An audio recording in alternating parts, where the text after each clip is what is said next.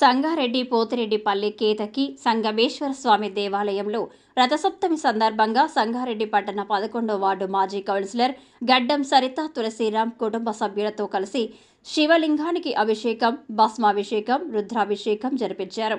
అనంతరం ప్రత్యేక అలంకరణ కార్యక్రమాన్ని నిర్వహించారు. అనంతరం శివ పార్వతులకు భక్తులకు గడ్డం సరిత తులసిరాం అన్నదాన కార్యక్రమం నిర్వహించారు.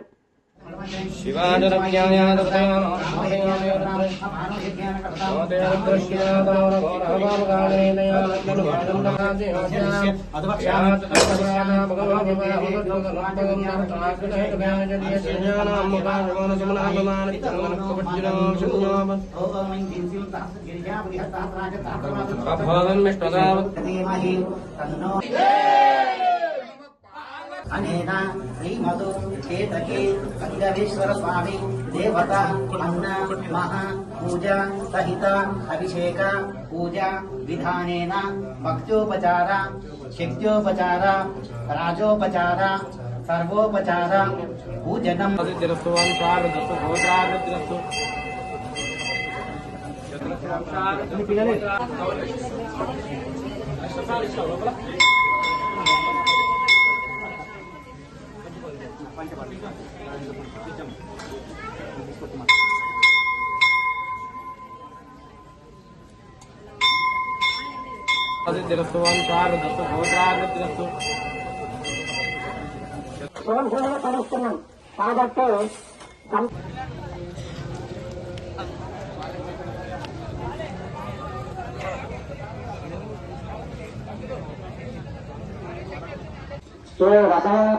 అక్కడ సిగ్నల్ వస్తాను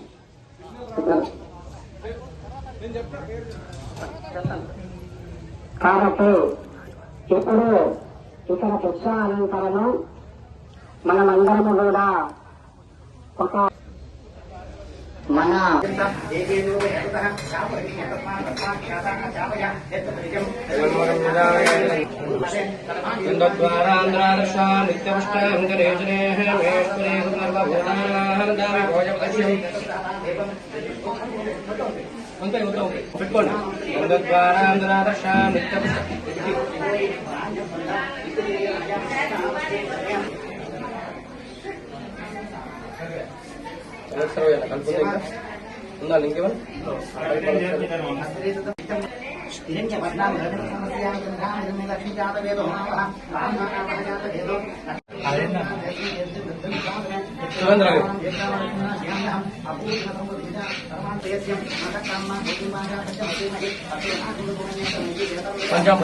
అందులో అయిపోయిందని కొంచెం వదిలేండి.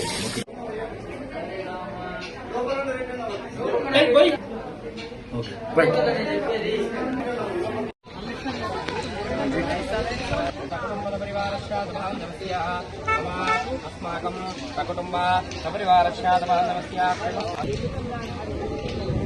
साक्षात् प्रत्यक्ष देवते ब्रह्मणा देवते